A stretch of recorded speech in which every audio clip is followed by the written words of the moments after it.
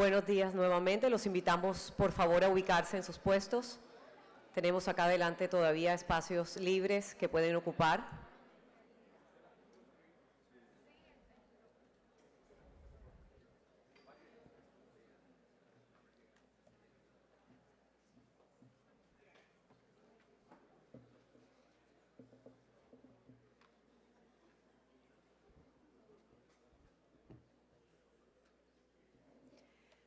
Muy buenos días a todos. Les damos la bienvenida al evento Empleo, Economía y Negocios y 16º Encuentro Nacional de Laboralistas, un espacio en el que la Asociación Nacional de Empresarios de Colombia, ANDI, dialogará sobre los retos y transformaciones del mercado laboral que trae consigo la propuesta de reforma laboral. Queremos agradecer a nuestros patrocinadores por hacer posible este evento. Además, queremos invitarlos a seguirnos en nuestras redes sociales como @Andi_Colombia en Twitter y en Instagram como Andi Colombia Oficial. También queremos invitarlos a participar de la conversación digital utilizando el hashtag #LaboristasAndi. Iniciamos dándole la palabra al doctor Bruce McMaster, presidente de la ANDI. Adelante, presidente.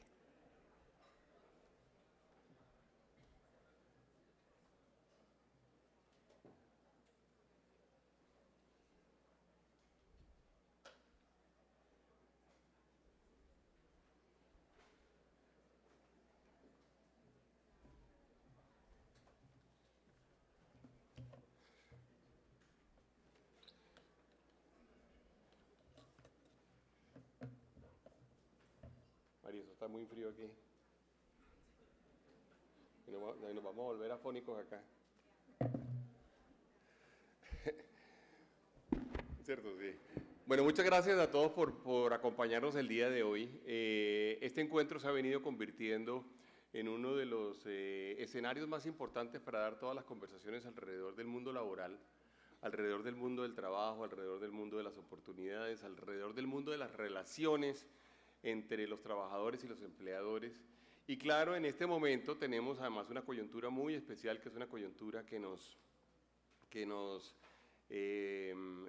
permite dar discusiones alrededor de uno de los temas más sensibles, digamos, de conversación en nuestro país y debate en nuestro país, como es el caso de una eventual reforma laboral que ya fue radicada frente al Congreso de la República y que no ha iniciado sus debates, pero que está en este momento en discusiones en la preparación de la ponencia.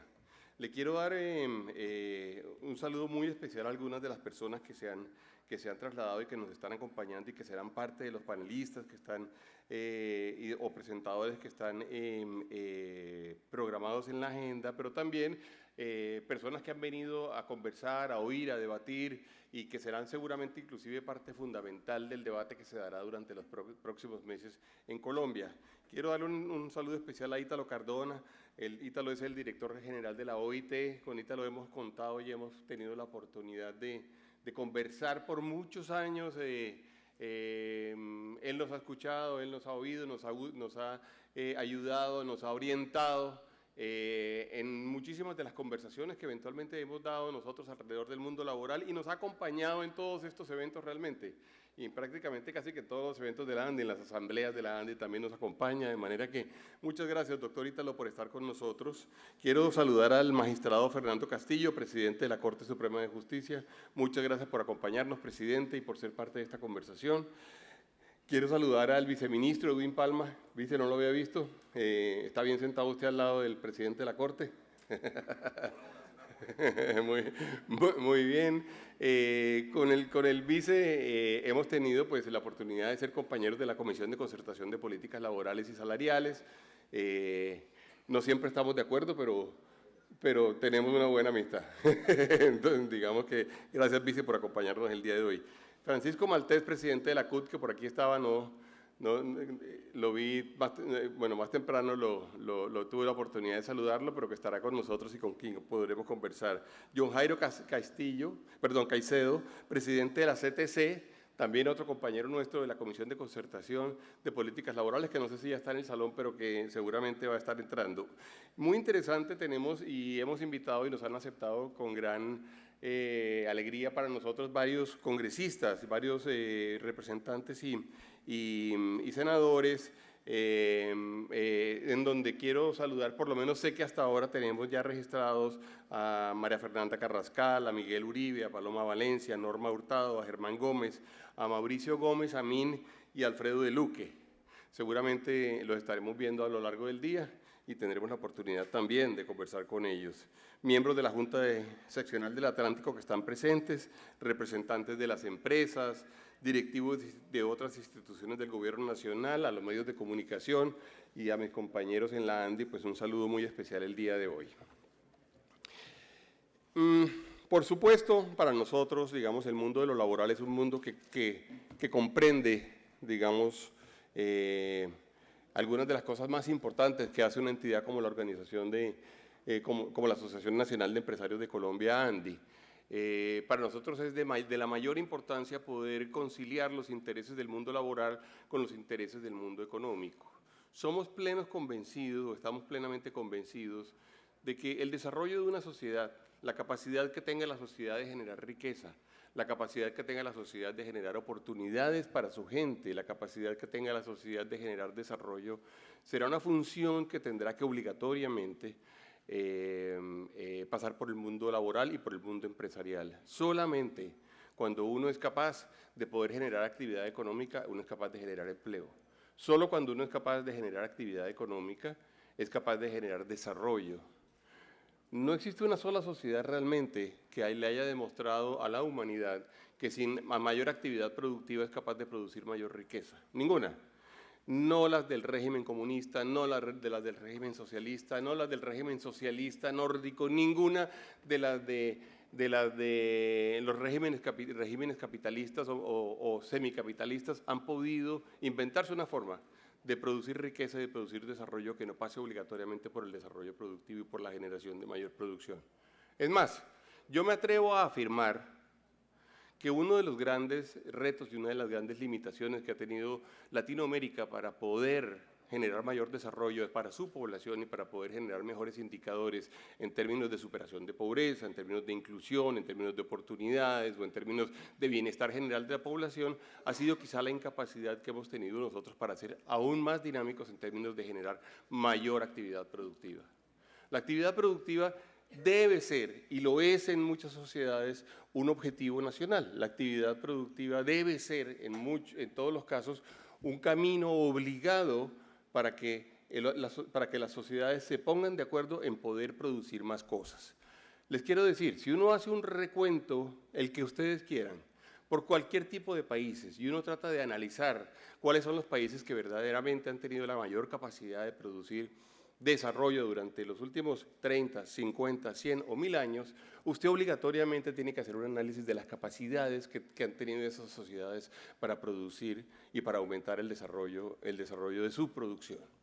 El desarrollo de la producción, claro, uno pudiera imaginarse, lo puede hacer a través de dos caminos, lo puede hacer a través del Estado o lo puede hacer a través del sector empresarial. Y quizá, digamos, yo diría, en este momento hay más o menos una aceptación de la idea de que realmente el sector empresarial es quien puede desarrollar la actividad productiva y que el Estado tiene una función muy fuerte en tratar de generar las condiciones para que el sector productivo se desarrolle, en generar las condiciones para que haya cada vez más actividad productiva, en generar las condiciones para que haya cada vez mejores condiciones, perdón la repetición, pero que haya mejores o la situación sea lo más propicia posible para que efectivamente logremos nosotros tener más empresas y tener más personas dedicadas a producir riqueza para la sociedad, producir riqueza para los ciudadanos. Uno pudiera irse a un extremo y quizá lo podemos, y es un caso que podemos estudiar con gran detalle. Uno pudiera mirar, por ejemplo, a China, y uno puede decir que China es un país que es claramente desde el punto de vista político un país comunista, pero es un país que entendió, y lo entendió hace no tantas décadas, que si quería realmente poder generar más bienestar para su población y para su gente y para sus empleados, y para sus ciudadanos, pasaba obligatoriamente por producir más cosas, por producirlas y producirlas bien, por producirlas y ser competitivo, por producirlas y poder vendérselas a otros países y a otras latitudes, por producirlas y generar valor agregado. Y a pesar de que la sociedad se declara, o la sociedad china o el país se declara un país comunista, dice, yo necesito producir cosas y necesito producirlas y producir muchas. Y establece y desarrolla una gran cantidad de políticas de desarrollo productivo, que son las que conducen a que hoy en China sea, sin lugar a dudas, digamos, el país que está destinado, que está en este momento por lo menos identificado como el país que va a tener quizá la mayor capacidad de producir riqueza durante los próximos años y va a ser ya es una de las dos potencias, pero no nos sorprende que muy pronto sea la gran potencia mundial. El desarrollo chino pasó obligatoriamente por una decisión importante de producir cosas y de producirlas bien y vendérselas al mundo. Lo mismo le pasa a muchas otras sociedades. Lo mismo le pasa, por supuesto, a Corea del Sur, que es uno de los ejemplos que podemos ver. Lo mismo le pasa a Malasia, le pasa a Tailandia. Lo mismo le pasó a Israel. Lo mismo le pasó en su momento a los Estados Unidos o le pasó a la Unión Europea. Hubo unas decisiones muy fuertes que fueron decisiones donde dijeron vamos nosotros a producir más cosas y vamos a producirlas bien. Pues bien, esto no se puede hacer sin el trabajo. Y esto no se puede hacer sin correctas condiciones de trabajo. Incluso, algunos de los ejemplos que le he mencionado a ustedes tienen que ver con casos en los cuales se ha hecho a costa del trabajo, no con el trabajo, sino a costa del trabajo. Bueno, sociedades como la nuestra tienen la tarea de tratar de hacer las dos cosas simultáneamente. Tienen la tarea de tratar de generar las condiciones correctas para los trabajadores, al tiempo que genera las condiciones propicias para que la sociedad sea capaz de producir más cosas. Y uno no puede hacer una cosa sin pensar en la otra. Usted no puede dedicarse, o uno no puede dedicar un país a producir más cosas sin ser muy conscientes de que eso se realiza con condiciones que tienen que ser condiciones decentes, condiciones justas, condiciones equitativas, condiciones legales en términos del mundo laboral, pero tampoco se puede dedicar solamente a tratar de definir el mundo laboral, olvidándose que no vamos a ser capaces de desarrollar nuestro país o de aumentar el mismo mundo laboral si no tenemos en cuenta el sector productivo y la actividad productiva. Ese es el reto que tiene nuestra sociedad hoy en día. Probablemente en los dos caminos o tenemos una gran cantidad de tareas. Probablemente en los dos caminos tenemos mucho por hacer, eso es cierto. Pero cada decisión que nosotros vayamos a tomar es una decisión que tiene que obligatoriamente acordarse de esas dos dimensiones. Si nosotros olvidamos alguna de esas dos dimensiones, la tarea va a ser una tarea parcial, una tarea trunca y una tarea que seguramente nos va a generar grandes frustraciones, no solamente a nosotros, sino grandes frustraciones, por supuesto, a toda la sociedad. Por esa razón,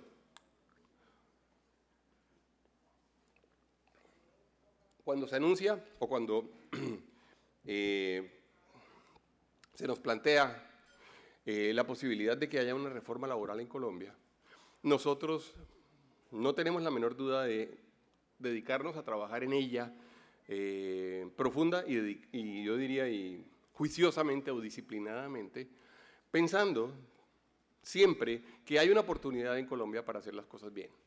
Pensando siempre que hay una oportunidad en Colombia para poder desarrollarlos más, pensando siempre que hay una oportunidad en Colombia para mejorar. Yo claro que estoy de acuerdo con la idea de que el cambio es bueno. Yo claro que estoy de acuerdo con la idea de que es bueno cambiar, pero también debo decirles que creo que si vamos a cambiar, tenemos que cambiar para mejorar. También debo decirles que si vamos a cambiar, tenemos que cambiar para dar pasos adelante. Y tenemos que cambiar, además, teniendo en cuenta toda la información que tenemos a nuestra disposición. ¿A qué me refiero con esto? Yo no concibo una reforma laboral si no estamos pensando en el empleo. No es pensable en Colombia adelantar una reforma al sistema laboral si no estamos pensando en generar mayores oportunidades de trabajo. No debería ser pensable una reforma laboral que no busque reducir la informalidad. No debe ser pensable una reforma laboral que no sea capaz de apoyar y de aumentar la capacidad productiva de nuestro país y por lo tanto la capacidad de producir riqueza en el país. Porque los mundos no son islas, porque los mundos no están independientes los unos de los otros. Muchas de las cosas que pasan en el mundo económico, muchas de las cosas que pasan en la sociedad son parte de un gran sistema que está completamente interrelacionado el uno con el otro, que hace que otras cosas sucedan en dimensiones que a veces nos parecen impensables. Un ejemplo que no es del mundo laboral.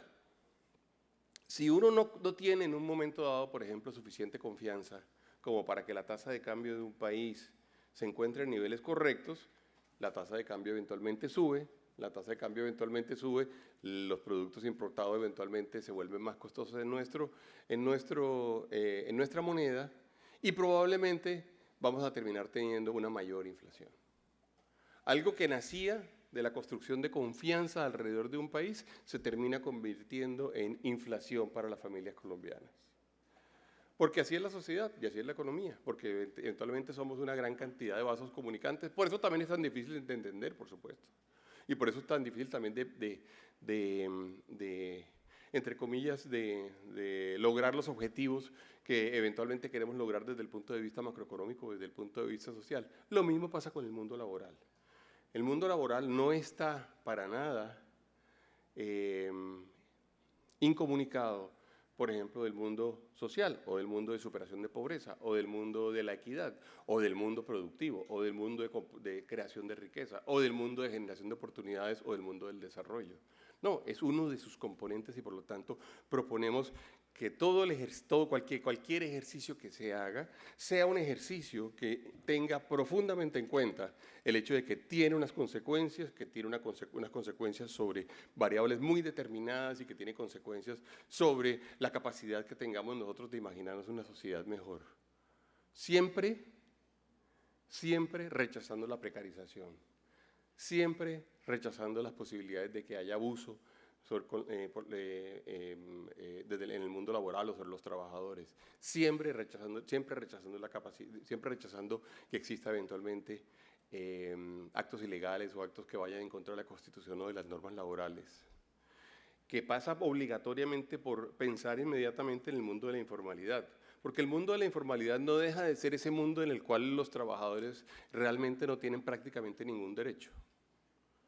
El mundo de la informalidad es el mundo en el cual realmente están conformadas o están materializadas la mayoría de las condiciones que uno no quiere que tenga el mundo laboral. El mundo de la informalidad es ese mundo en el cual realmente uno se encuentra con que no hay ninguna posibilidad de hacer reclamos o de pedir que se cumpla con la ley.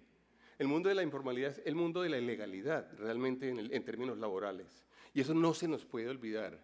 Y no se nos puede olvidar que en un país como Colombia, cerca del 55% de los trabajadores están en esa condición. Hay gente que habla de cifras mayores, hay gente que habla cerca del 60% en términos de informalidad. Pues bueno, cuando un país se sienta a dar una conversación de su mundo laboral, como es el caso en el cual vamos a estudiar una reforma laboral como la que estamos estudiando en este momento, no se nos puede olvidar que el 55 o el 60% de las personas que trabajan están allá en la informalidad. Cualquier ejercicio que se vaya a hacer es un ejercicio que, si quiere ser serio desde el punto de vista estructural, es un ejercicio que tiene que atender esa que es la gran distorsión realmente de nuestra sociedad desde el punto de vista laboral. Nosotros tenemos una gran cantidad de observaciones sobre el texto que ha sido propuesto en términos de la propuesta del proyecto de reforma laboral. Nosotros nos reunimos con el Ministerio desde desde octubre, sería más o menos desde octubre. Nos sentamos con el Ministerio en la mesa de concertación de políticas laborales y salariales, para comenzar a hablar a plantear las primeras ideas de la reforma laboral. Nosotros hemos tenido, y voy a hablar aquí desde la ANDE, y no quiero ser un mal anfitrión, vice. No quiero ser un mal anfitrión en el sentido de que, claro, vino usted a nosotros, nos está acompañando, pero no quiero que por eso, digamos, dejar de decir algunas cosas, pero tampoco quiero ni mucho menos generar incomodidad ni decir cosas que no los dejen a ustedes tranquilos, digamos. Pero sí tengo la responsabilidad de hacer como un relato, digamos, de las cosas que han venido pasando y de cuáles son las observaciones nuestras. Lo primero que nosotros dijimos en el mes de octubre es que, claro, lo podemos ver, podemos sentarnos, debemos sentarnos a mirar el mundo laboral. Y dijimos, cualquier cosa que se vaya a hacer, pedimos nosotros, tiene que analizar profundamente y tiene que tomar medidas y tiene que hacer propuestas en términos de generar empleo. No había ninguna, creo yo que no es responsable dar un debate de semejante magnitud como el que estamos dando en este momento, que va a ser mayor, porque es que, de hecho, la reforma no ha sido ni siquiera llevada todavía, digamos, a los debates y a las discusiones en las comisiones, apenas fue radicada en el gobierno, en el Congreso, perdón, y apenas está en construcción su ponencia. No puede ser que vayamos a dar un debate de semejante envergadura nacional y no tengamos en cuenta la conversación del empleo. Nosotros estamos convencidos de que si vamos a dar esta conversación, que la debemos dar. Parte de lo que debemos hacer es ver cómo puede hacer Colombia para aumentar la tasa de ocupación y aumentar las oportunidades para los trabajadores y profesionales y técnicos y de todos los niveles en términos de ser capaces de ofrecer empleo. Claro que una tasa de desempleo del 13% no es aceptable para una sociedad como la colombiana. Es que si uno hace cálculos y entonces nos ponemos a ver y a tratar de imaginarnos qué significa ese 13%, cálculos, digamos, por encima nos dirían que nosotros tenemos cerca de 22 millones de personas ocupadas. Al presidente de la CTC, bienvenido. Muchas gracias, Jairo, por haber venido, gracias. Te había saludado, pero bueno, llegaste ahorita. Yo estoy aquí, entonces siéntate ahí. Muy bien, muy bien. Claro que si uno está hablando entonces de 22 millones de personas y uno dice, ese entonces es 100 menos 13.5, el 86.5% de los trabajadores, el 86.5% de las personas ocupadas, entonces tenemos que hay cerca de 3 millones o 3.200.000 personas que no encuentran trabajo hoy en día. No podemos dar una discusión laboral y olvidarnos de esos 3 millones de personas. No puede suceder. Y tampoco puede ser que demos una discusión del mundo laboral y nos olvidemos de los 12 millones de personas que están en informalidad, que repito, son personas sin ningún derecho, prácticamente desde el punto de vista laboral. Entonces, lo primero que dijimos nosotros es, estamos de acuerdo con que miremos la reforma, estamos de acuerdo con trabajar y estamos de acuerdo entonces con que nosotros podamos dirigirnos o dirigir nuestra atención a tratar de construir entre todos soluciones, a tratar de construir entre todos propuestas y a tratar de construir entre todos voluntades para que logremos solucionar esos dos flagelos que son realmente los grandes flagelos del mundo laboral colombiano. No quiero ponerle demasiados calificativos, pero no va a ser fácil, pero no quiero ponerle demasiados calificativos, digamos, al proyecto de ley, pero nosotros, por decirlo menos, sí extrañamos que el texto que ha sido radicado y que la discusión que hasta ahora ha sido planteada en términos de esa propuesta es una propuesta que básicamente olvida esos dos hechos. Nos parece una propuesta que, por lo tanto, termina siendo una propuesta parcial, que se concentra muy fuertemente en las personas que están en la formalidad, que se dedica básicamente a atender, y no voy a nuevamente, digamos, hacer calificaciones sobre eso, pero a atender, digamos, algunas aspiraciones, algunas de las cuales nosotros compartimos plenamente, algunas aspiraciones de las personas que están en el mundo laboral, pero que se olvida del resto de las otras dos poblaciones. Digo, de las poblaciones en informalidad y las poblaciones en desempleo. Luego también dijimos, una reforma laboral, si la vamos a dar, y vamos a dar esa discusión, y vamos a entrar en ese gran debate, debería también ser buena en generar mayor riqueza para toda Colombia.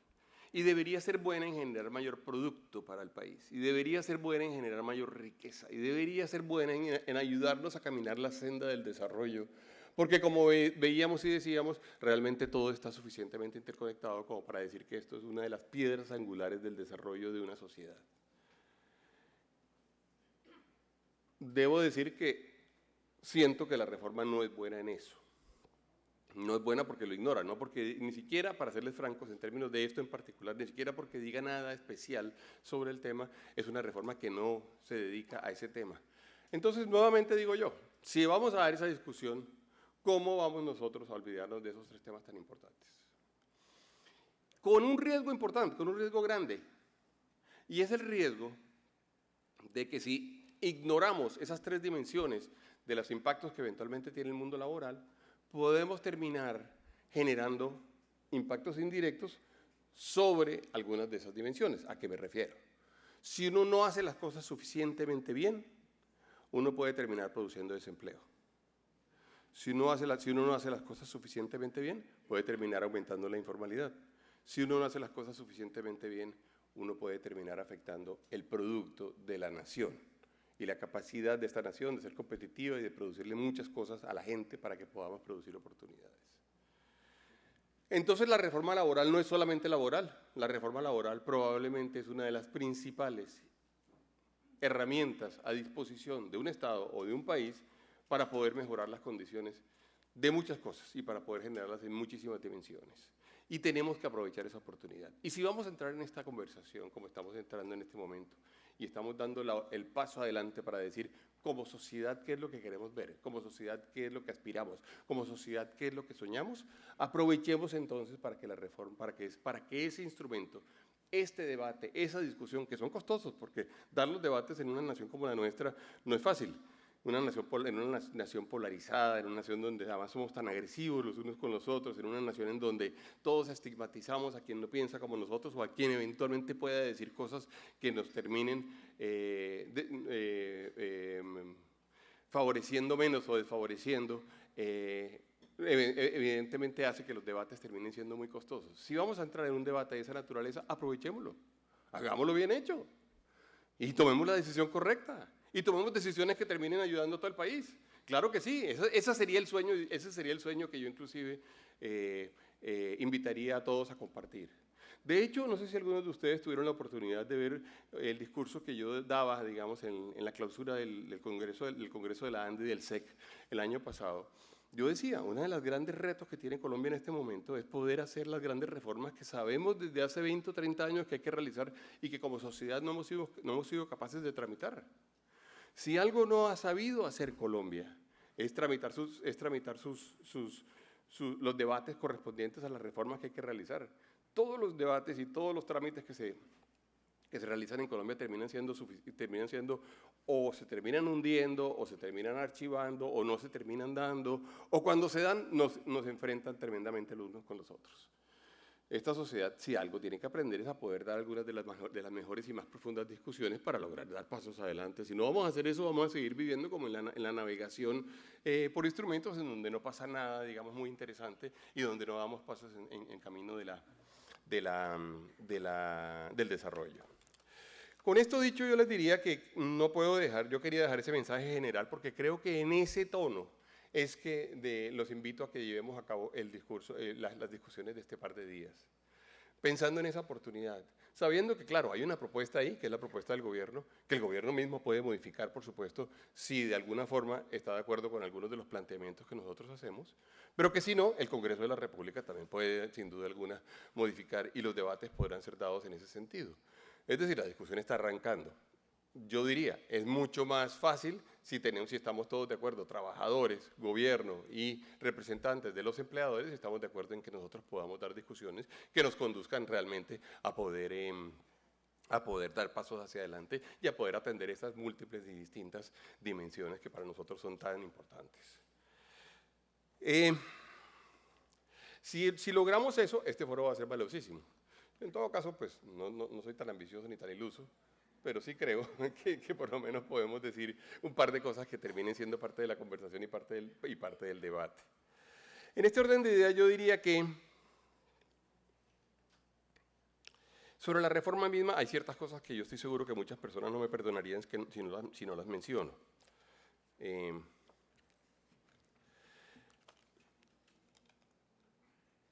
Les hice una introducción que no terminé de rematar, perdón, y tengo que hacerlo para poder dar el paso adelante, y es, hicimos la solicitud entonces y dijimos, si vamos a dar la reforma, tengamos en cuenta estos tres aspectos, y les proponemos, a la comisión le proponemos, que tengamos un mecanismo técnico, independiente o del gobierno, pero un mecanismo que permita evaluar cualquier propuesta que se haga y tratar de entender cuál es el impacto de cada propuesta en términos de esas variables de las cuales les estaba hablando.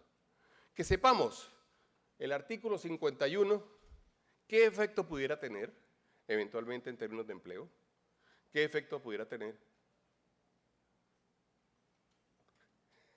qué efecto pudiera tener en términos de informalidad y qué efectos pudiera... Vente. ¿Qué efecto pudiera tener en términos de empleo? ¿Qué efectos pudiera tener en términos de informalidad? ¿Y qué efectos pudiera tener en términos de productividad? Lo razonable, lo responsable, es que nosotros pudiéramos saber sobre cada propuesta, sobre cada decisión, cuáles son sus impactos. Eso es lo responsable, eso nos lo enseñaron a todos cuando estudiamos economía, o los que estudiamos economía, se lo enseñaron a los abogados, se lo enseñaron a todas las personas que estudian políticas públicas. Lo primero que usted tiene que saber cuando usted va a hacer un diseño de una política pública es entender cuáles son los efectos que usted tiene sobre las variables que le parecen más importantes de una sociedad o sobre las variables que le parecen más importantes del objetivo que usted tenía cuando hizo la política pública. En ese orden de ideas nosotros pedimos en ese momento que se activara una subcomisión, que fuera la comisión que evaluara, lo recordará el presidente de la CTC y pues, el vice estaba ahí también, una comisión que evaluara cada uno de los artículos y que pudiéramos nosotros decirle al país, con este artículo, de pronto, afectamos el empleo, por ejemplo, en forma negativa, pero van a ser tantas personas. Pero con este otro que está acá, vamos a generar empleo. Entonces, en realidad, vamos a terminar generando unos efectos netos que terminan siendo buenos para la sociedad. Repito, en un escenario en el cual Colombia tiene más del 13% de desempleo, en donde para nosotros es muy importante esa variable, y mucho más en este año en el cual, como todos sabemos, la actividad económica va a decaer significativamente y vamos a terminar muy seguramente entre el 0.5 y el 1%. Nos aceptaron la creación de las subcomisiones, pero infortunadamente, debo decirlo, no se activaron y no se han activado todavía. Estamos a tiempo de activarlas, estamos a tiempo de que el Congreso sepa sobre cada artículo que vaya a debatir cuál es el impacto que tiene, el mismo. No sé si alguien estuviera en desacuerdo en que eso se hiciera. Le invito a que me levante la mano sin timidez y sin retaliaciones. Si alguien está en desacuerdo en que uno evalúe cada artículo en términos de su impacto en empleo, en términos de su impacto en informalidad, pues en términos de su impacto en producto. Tenemos las herramientas, porque además el Gobierno Nacional tiene instrumentos muy potentes para hacer eso. Los tiene, por ejemplo, en el Ministerio de Hacienda, los ha tenido. Tiene un modelo de equilibrio general magnífico en el Departamento Nacional de Planeación que le permite hacer la evaluación. Inclusive el DANE puede ayudar en términos de estadísticas y de tratar de correr algunas correlaciones sobre lo que en el pasado ha sucedido en Colombia, en algunas cosas o en las otras. Infortunadamente, esa idea que fue incluida, pues, básicamente o aceptada en esa mesa y fue incluida en un acta, es una idea que todavía no hemos convencido, digamos, a los compañeros de la mesa de su utilidad o de su necesidad más bien, más que de la utilidad. Luego hemos expresado una inconformidad alrededor de un texto que nosotros habíamos conocido el lunes antes de que se radicara la reforma laboral, que no es el mismo texto que se terminó radicando. Nosotros, de hecho, acompañamos la radicación de la reforma en el Congreso, pero lo hicimos sobre el entendido de que finalmente estábamos produciendo ese texto en el cual no estábamos completamente de acuerdo, pero sobre el cual teníamos alguna claridad claridad diáfana realmente, alrededor de que había cosas en las cuales teníamos diferencias y que íbamos a ir al Congreso a exponer nuestras posiciones y que una vez expuestas esas posiciones, el Congreso, por supuesto, en sus competencias y en su habilidad y en su sabiduría, tomaría la mejor decisión para el país. Ese texto no es exactamente igual. lo hemos conversado con la comisión, con el ministerio, y para nosotros fue sin duda alguna un motivo de frustración, porque yo creo que eso le produce, hombre, escenarios de desconfianza al ejercicio tripartito, que yo creo que no vale la pena tentar. Parte de lo que Colombia tiene, que es muy valioso, son las instancias tripartitas y el diálogo tripartito para los temas laborales, que está definido en la Constitución, que lo recomienda la OIT en todas partes. Es más, la OIT lo destaca como uno de los ejercicios tripartitos más importantes probablemente del planeta. Pero parte, por supuesto, de que allí tengamos confianza los unos y los otros en términos de las conversaciones que se están dando. Uno pudiera decir, y voy a mencionarlas rápidamente, yo estoy seguro que muchos de ustedes harán referencias a cosas similares,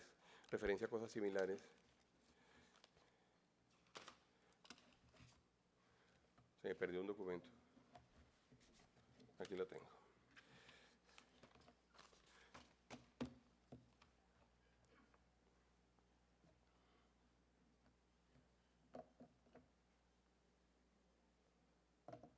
Uno pudiera hacer referencia a temas que nos preocupan y que nos han preocupado durante toda la discusión, pero que en este momento se mantienen en el texto que está para discutir en el Congreso. Uno, el tema de la tercerización y la intermediación laboral. La tercerización y la intermediación laboral, las dos, no son prácticas que sean consideradas, digamos, a nivel mundial, ni en términos jurídicos, prácticas prohibidas o prácticas indebidas o prácticas no aceptadas, ¿no? La OCDE y una gran cantidad de entidades, incluyendo la OIT, acepta que la tercerización existe y que la tercerización se da. Entre otras razones, entre otras cosas, la tercerización se da porque hay cosas para las cuales las compañías no están, en las cuales las compañías no están especializadas, porque hay cosas las cuales para poder ser eficientes requieren de una masa crítica de producción que permita generar en algunos sitios suficiente volumen de actividad para que efectivamente logremos ser eficientes como país, como economía. Las críticas que yo he oído a la tercerización tienen que ver con los hechos en los cuales la tercerización es utilizada para abusar del derecho laboral. Prácticas con las cuales, por supuesto, nosotros no estamos de acuerdo. Prácticas que nosotros rechazamos, por supuesto. Y prácticas sobre las cuales nosotros tenemos la convicción de que el Estado debe ser muy fuerte en su regulación, en su vigilancia y en su sanción.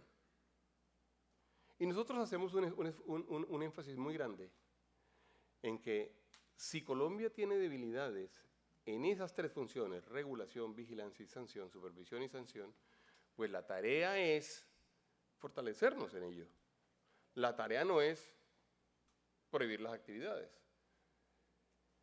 Es más, yo estoy profundamente convencido de que uno pudiera terminar en un escenario, estoy seguro, indeseable para el gobierno actual y quizá para los gobiernos anteriores también, pero para el gobierno actual que lo conozco o lo hemos venido conociendo durante este tiempo y las ideas del presidente y las ideas de los ministros, estoy seguro que ellos no piensan en eso.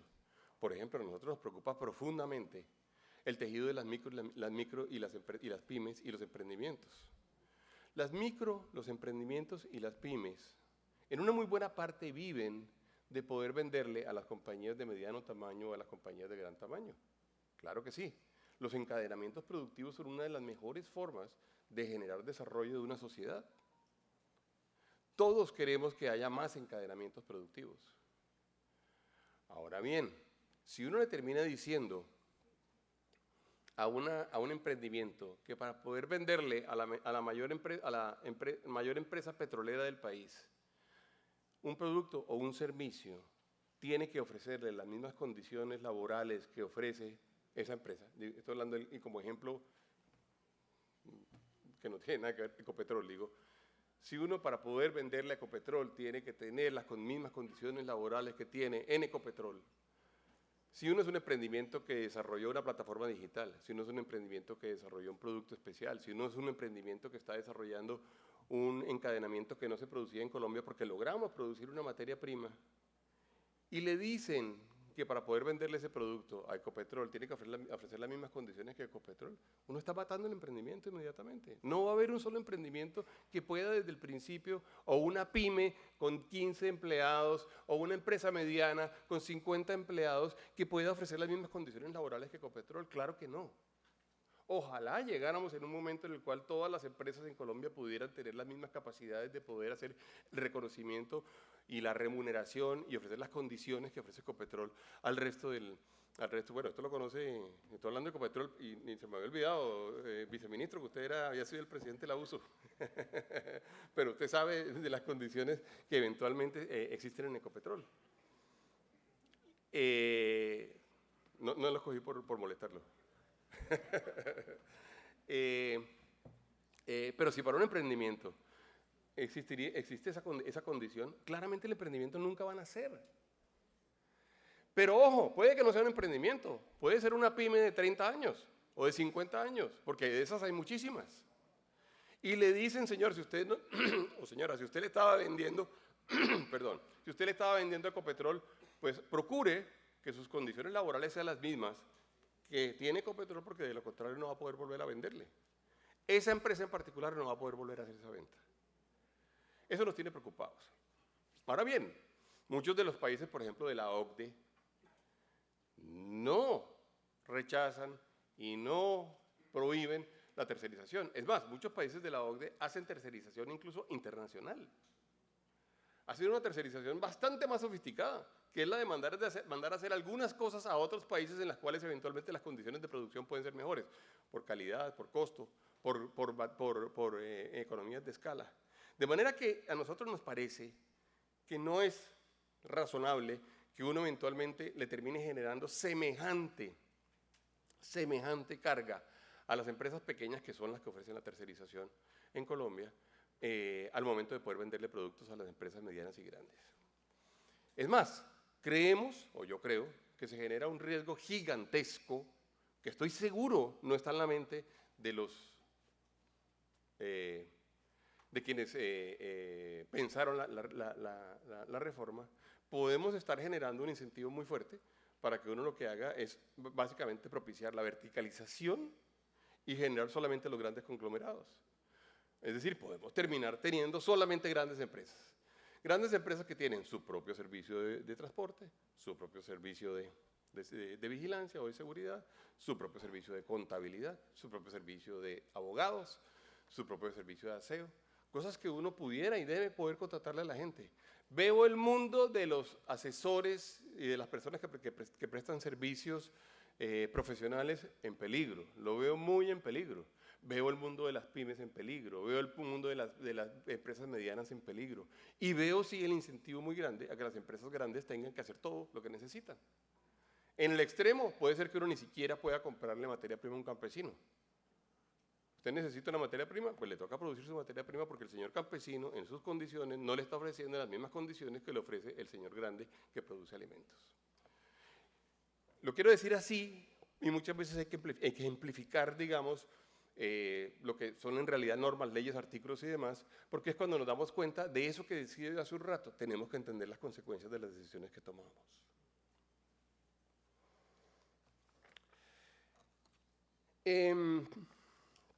Sobre las jornadas, vemos nosotros con preocupación, no es el gran mundo de los afiliados, por ejemplo, a la ANDI, pero vemos con preocupación lo que le puede suceder a el comercio. En muchas partes el comercio vive de poder vender a partir de las 6 de la tarde, o de poder vender los sábados, o de poder vender los domingos, o vender durante las noches. ¿Y qué porcentaje del tejido empresarial colombiano es comercio? ¿Y qué porcentaje del empleo es comercio? Y el otro día me dieron un argumento que me llamó por lo menos la atención, muy curioso, donde me dijeron, sí, pero eso no va a aplicar mucho porque la mayoría del comercio es informal.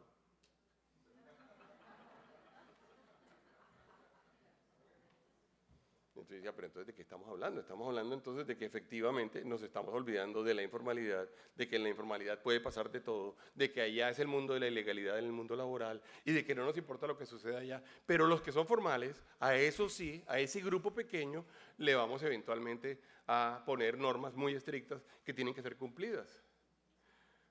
Perdón, ¿cuál es el incentivo entonces para un almacén pequeño que es formal y que ha decidido ser formal si le ponen esas condiciones cuando el señor de al lado no cumple con nada y no cumple con ninguna norma?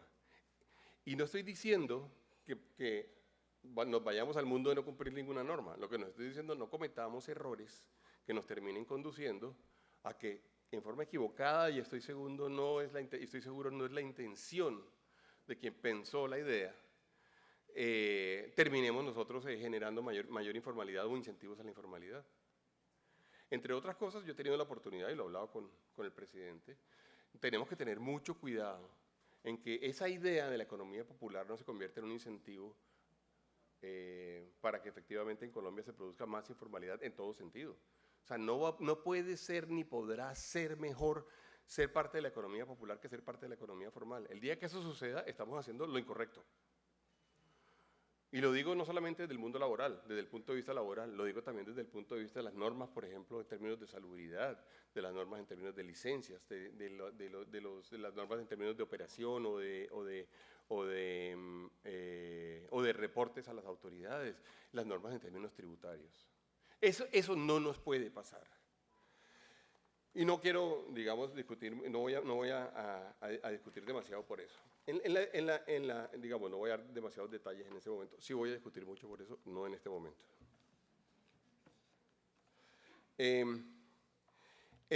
La negociación colectiva por rama.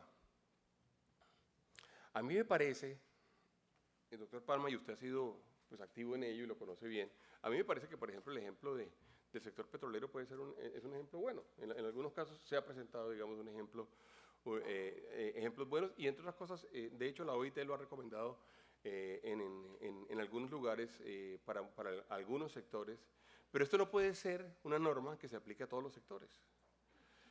En un país como Colombia, donde tenemos una diversidad tan grande en tipos de compañías, en tipos de sectores, inclusive en la representatividad regional, quitar la posibilidad de que las empresas puedan acordar directamente con los trabajadores cuáles son las condiciones, inclusive las mejoras,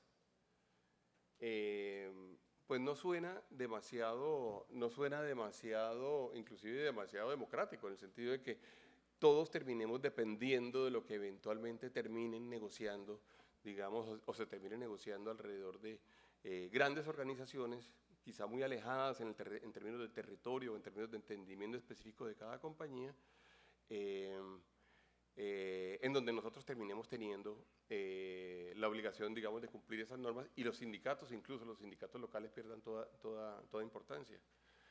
Estoy seguro que esta no es la intención de la norma, y no quiero que piensen que es lo que yo creo que se trató de hacer con la propuesta, pero lo que estoy viendo es que en la realidad, al final del día, uno termina inclusive quitándole una gran cantidad de competencia a los sindicatos de empresa.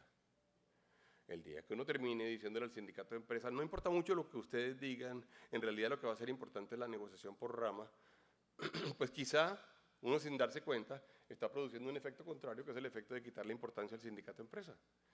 ¿Quiere eso el gobierno nacional? Yo estoy seguro que no. ¿Quiere eso la OIT? Estoy seguro que no. ¿Queremos eso nosotros? Tampoco. Entonces, la obligación de la negociación por rama termina siendo, realmente, al final del día, puede terminar teniendo incentivos también contrarios que nadie está buscando y sobre los cuales tenemos que tener un gran cuidado. Se me pasó, les mencioné por supuesto el mundo del comercio, pero les iba a mencionar el mundo de los restaurantes. Y de hecho en la ANDI acabamos de sacar un comunicado, y quizá algunos de ustedes lo tienen ya, en la ANDI, que tenemos pues, la Cámara de la Industria Gastronómica, que es la industria o el sector gastronómico, que es la industria de las cadenas de restaurantes. La verdad es que allí tenemos una generación de empleo increíblemente alta, increíblemente buena, increíblemente valiosa en términos de generación de puestos de trabajo. Y quiero hacer una aclaración, no es verdad que los trabajadores de esa industria vivan de las propinas. Alguien dijo que viven de las propinas. No viven de las propinas. Son trabajadores formales que tienen un sueldo, son trabajadores formales que cumplen con todas las condiciones desde el punto de vista laboral, pero que evidentemente se verían profundamente afectados. Y en ese sector, como ustedes bien saben, una parte importantísima del costo y de la competitividad depende, por supuesto, de las capacidades que tengamos de tener mucha gente bien pagada, gente bien remunerada, gente bien reconocida como trabajador, pero evidentemente el costo es un costo que el costo es un costo que se tiene que cuidar. Y si nos equivocamos generándole un costo demasiado alto, que ya hoy en día, como sabemos, las prestaciones sociales superan el 63%, o el sobrecosto laboral, más bien que las prestaciones, perdón, supera el 66% en Colombia en promedio, en ese momento vamos a tener un problema muy, muy grande. Voy a mencionar dos temas más sobre la reforma. Uno es el derecho de huelga. Nos preocupa la disposición que habla del derecho de huelga en los servicios públicos. Ahí vamos a tener una fuente de conflictividad, no con los trabajadores, no, una fuente de conflictividad muy grande con la sociedad. Si usted le suma unas cosas a las otras, les voy a decir así, si usted le suma, digamos, el hecho de que uno eventualmente tiene negociación por rama y que por otro lado tiene derecho de huelga en los servicios públicos, usted puede encontrarse con que puede haber un problema eventualmente desde el punto de vista de las relaciones laborales en un sector en particular, en donde una empresa que no está teniendo ningún problema en un territorio particular, eventualmente tenga que irse a la huelga porque resulta que la negociación que se produjo por rama condujo a que eventualmente tomaran la decisión eventualmente de producir una huelga. No parece sensato, no porque no defendamos el derecho de huelga, que lo defendemos, pero no parece sensato, y en esto tenemos que medir la proporcionalidad realmente en términos de los derechos generales versus los derechos individuales. No parece sensato que uno eventualmente vaya a llevar el país a situaciones en las cuales tengamos huelgas en los servicios públicos que estén atadas, por ejemplo, al tema de la negociación por ramas. Dice la norma, o dice el proyecto de norma, que habrá que mantener el servicio público esencial. Y lo digo porque estoy seguro que va a ser la respuesta de cualquiera que quiera defender la norma. Eso es cierto. Está dicho ahí. Pero les pregunto a ustedes, ¿qué parte del servicio público o qué parte del trabajo que realiza un acueducto no es servicio público esencial? Habrá quien me diga la contabilidad. Sí, pero es que sin contabilidad no operan las bombas de agua. Habrá quien me diga la cafetería de las oficinas. No, pero sí, pero es que si las oficinas no funcionan, no se pueden poner a funcionar los servicios públicos. Esta no es una discusión tan sencilla, ¿eh? Esta es una discusión compleja en donde podemos estar metiendo al país en un problema de grandes crisis innecesariamente. Seamos muy, muy cuidadosos de qué es lo que decimos y cómo lo decimos respecto de los servicios públicos. Sabemos nosotros toda la discusión que ha habido y hemos sido parte de ella, por supuesto, especialmente, digamos, en la discusión del servicio de transporte de pasajeros aéreo, que no es igual al del resto de países, que no es igual en Colombia que en Francia, es cierto. También es cierto que Colombia no tiene TGV y no tiene las carreteras que tiene Francia y que para Colombia realmente el servicio de transporte de pasajeros es en muchos casos, digamos, absolutamente necesario para poder intercomunicar algunas regiones. Hay una norma o hay una previsión alrededor de pactos colectivos. Prohibiendo los pactos colectivos. No nos parece sensato que no pueda haber acuerdos entre trabajadores y empresas. De hecho, una norma que a nosotros nos parece relativamente dura, pero sobre la cual habíamos dicho nosotros estamos de acuerdo en estudiarla, es eventualmente la estructura que recomienda la OIT. Bueno, primero, hay que decirlo, porque se ha dicho en varios escenarios que la OIT recomendó que no hubiera pactos colectivos. Eso no es cierto, la OIT nunca ha recomendado eso. La OIT lo que recomienda es una figura un poco distinta, y es que no haya pactos colectivos en los casos en los cuales haya sindicatos.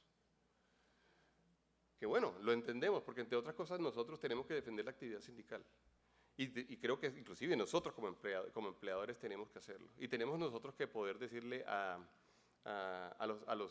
las empresas, no, por favor, bueno, o está totalmente prohibido propiciar o cometer, digamos, normas, o cometer hechos, perdón, que eventualmente vayan en contra de de la libre asociación o de la asociación. Nosotros no defendemos eso, por el contrario, nosotros lo que decimos es tenemos que trabajar por la libre asociación, entre otras la libre asociación también de los empleadores. Eso es parte de lo que nosotros defendemos. Entonces, esa norma en particular es una norma que no es cierto que la OIT haya dicho que no esté de acuerdo con los pactos colectivos, perdón. Voy a terminar, yo sé que ha sido largo, pero es que esta oportunidad no la voy a perder.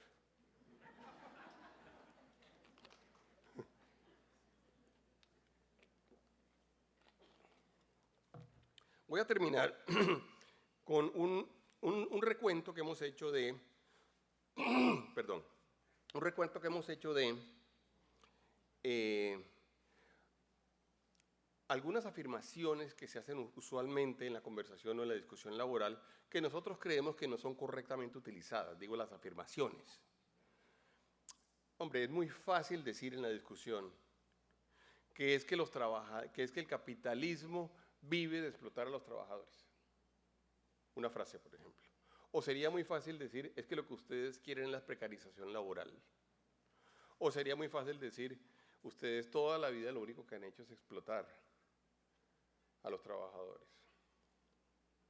Y ahí entraríamos en una discusión de escribir 2, 3 o 4 libros como hizo Carlos Marx. Discusión que no conduciría absolutamente a nada, pero que sí estigmatizaría completamente la discusión, la conversación, el debate, y que le quitaría legitimidad, entre otras cosas, a uno de los actores del debate, que son las personas que están representando a los empleadores o están representando la actividad productiva. Es más, les digo una cosa, yo tengo cierto temor de que el debate vaya hacia allá en los próximos días. Y le hago un llamado muy generoso, muy amplio, perdón, a la generosidad intelectual de las personas que van a ser parte de este debate para que no caigan en ello. Nos van a querer decir eso que ha sido lo que históricamente se ha dicho, y eso no va a ayudar a que nos logremos formar una buena opinión y no va a ayudar a que nos logremos formar y logremos tomar la mejor decisión desde el punto de vista de la nación, desde el punto de vista de la ciudadanía colombiana. Y hemos hecho un ejercicio de un documento y lo vamos a seguir haciendo alrededor de mitos y realidades para tratar de que no se utilicen estas frases y para tratar de que no se utilicen estos conceptos en el debate. Que no sería bueno. No sería bueno porque cuando uno trata de deslegitimar al otro por la vía de que simplemente la opinión popular no lo quiera o la opinión pública no lo quiera, uno no está siendo, digamos, leal en lo intelectual. Tampoco está siendo leal en las decisiones correctas que hay que tomar alrededor de una sociedad.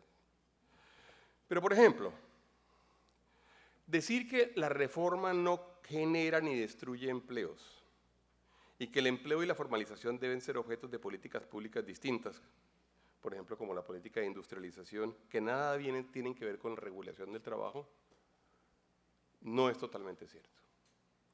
Es claro que la regulación del trabajo hace parte de acuerdos institucionales. La evidencia ha demostrado que esos acuerdos institucionales, como las regulaciones de trabajo, impactan en forma positiva o en forma negativa la operación de las compañías, la generación de nuevos emprendimientos, la creación o la ampliación de la actividad económica. De hecho, un par de autores que a nosotros nos gustan, porque creo que le han hecho un llamado importante a países como Colombia, que son Acemoglu y Robinson. En el libro ustedes recordarán que se llamaba ¿Por qué fracasan las naciones?, que luego sacaron uno nuevo que se llama El pasillo estrecho. Hablan muy profundamente de esto y dicen que esas regulaciones del trabajo pueden impactar en forma positiva o negativa variables como el empleo, la formalización y por consiguiente la prosperidad económica de un país. Por supuesto que las normas laborales afectan el mundo de lo laboral. Por supuesto que las normas laborales pueden generar empleo o pueden destruir empleo. Claro que sí. Entonces la pregunta es cómo escogemos la norma correcta. Esa es la pregunta que tenemos que hacer. Se dice que reducir los costos laborales no contribuyen a mejorar el empleo ni a superar la informalidad. Les quiero decir, está más que demostrado, por ejemplo, casos en los cuales la reducción a los impuestos de nómina han sido grandes incentivos o han generado grandes incentivos para que aumente la formalidad.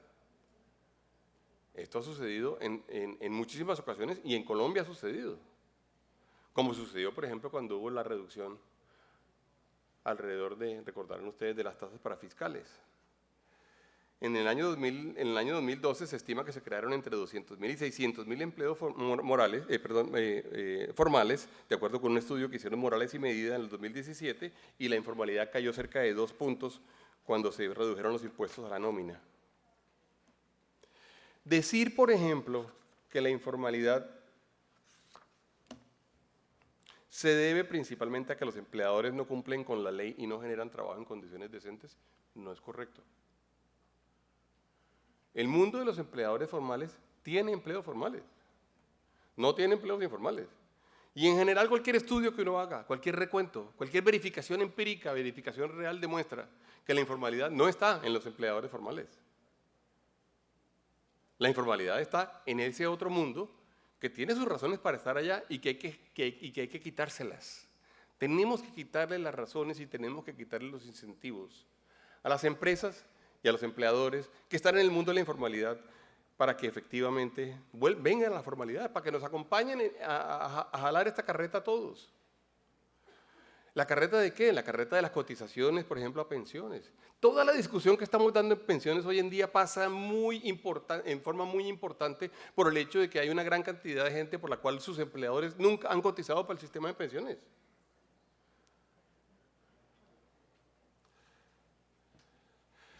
Decir que la tercerización y la intermediación laboral se orquestan como estrategias para desconocer los derechos de los trabajadores o promueven la precarización y afectan el empleo laboral, lo he visto cada vez más creciente. Y no es cierto, ya les hablé a ustedes de la tercerización ahora. La tercerización tiene que ver muchísimo con encadenamientos. Ahora bien, si hay casos de precarización, de abusos o de incumplimiento de la ley, el Estado tiene la responsabilidad nuevamente de regular, supervisar y castigar y sancionar. Y tenemos que concentrarnos en ello. ¿Cómo hacemos para que el Estado sea bueno en eso? ¿Cómo hacemos para que el Estado, que sabe dónde está una muy buena parte de la economía informal o del empleo informal, realmente vaya allá y le diga, señor, usted no puede hacer lo que está haciendo porque eso es ilegal? No lo puede hacer, eso es ilegal. Pero no, en general la supervisión está dada sobre el mundo de la formalidad, lo cual no está mal, pero no puede ser que sea exclusivamente sobre el mundo de la formalidad.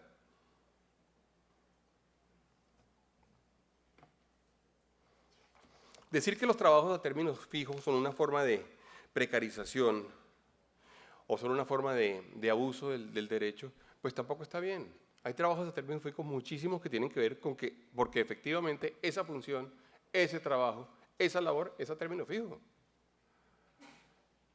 Y uno no puede confundir una cosa con la otra. Los casos en los cuales esto es así, pues tienen que ser casos en los cuales efectivamente nosotros tengamos la oportunidad de poder contratar a término fijo. La contratación a término indefinido, obligatoria, digamos, de alguna forma, no termina sino generando un hecho, y es que la gente no va a querer contratar si necesita a alguien por 6 meses o por 8 meses, no lo contrata. ¿Por qué lo va a contratar y lo va a contratar a término indefinido?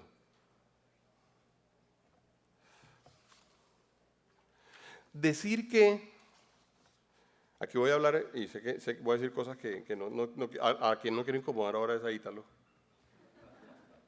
Decir que cada cosa que está contenida en la reforma es porque la OIT lo ha dicho o lo ha pedido, no es totalmente cierto tampoco.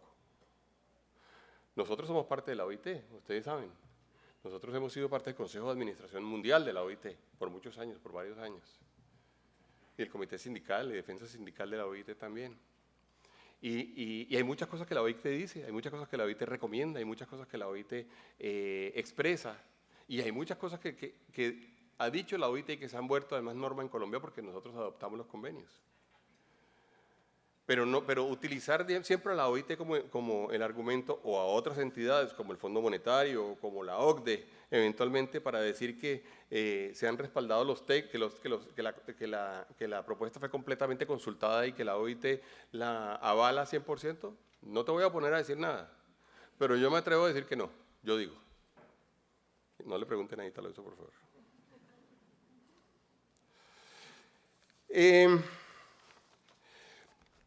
Voy a terminar ya diciendo que tenemos una gran oportunidad, tenemos una oportunidad importantísima, tenemos la oportunidad de hacer las cosas bien. Tuvimos la valentía y eso se lo reconozco al gobierno actual, tuvimos la valentía de abrir la discusión. Y hemos abierto la discusión en varios frentes. Tenemos varios frentes abiertos. Si tuvimos esa valentía y como sociedad tenemos la disposición en este momento de conversar, hagámoslo bien, tomemos la mejor decisión. Asegurémonos de, efectivamente, defender los derechos de los trabajadores. Asegurémonos de, efectivamente, buscar, identificar qué es lo que en esta reforma realmente podemos construir para que se genere más empleo. Claro que tenemos que buscar eso. ¿Cómo no vamos a hacer esa reflexión? Identificar también profunda y detalladamente qué puede hacer la reforma para bajar la informalidad. Es que esa distorsión de nuestro mercado no se puede olvidar. Ese sí es el elefante en la sala. La informalidad y el desempleo. Buscar cómo podemos hacer con esta reforma para ser más productivos, para producir más cosas, para producir riqueza, para producir desarrollo, para que lleguen impuestos al gobierno nacional central y el gobierno nacional pueda hacer su política social, que por cierto les digo y quiero que se sepa, yo estoy de acuerdo con la política social. Recordarán ustedes que además la tuve a mi cargo. Fue parte de lo que yo hice cuando tuve la oportunidad de crear el DPS o el Departamento de Prosperidad Social. Esa oportunidad no la podemos perder. Bajémosle, creo yo, a la ideología. Digo a la ideología nuestra, a la ideología de otras personas. Bajémosle a la ideología y tratemos de hacer lo correcto. Evaluemos nuestras medidas. Cada una de ellas entendamos cuál es el efecto. Tenemos una gran oportunidad por delante.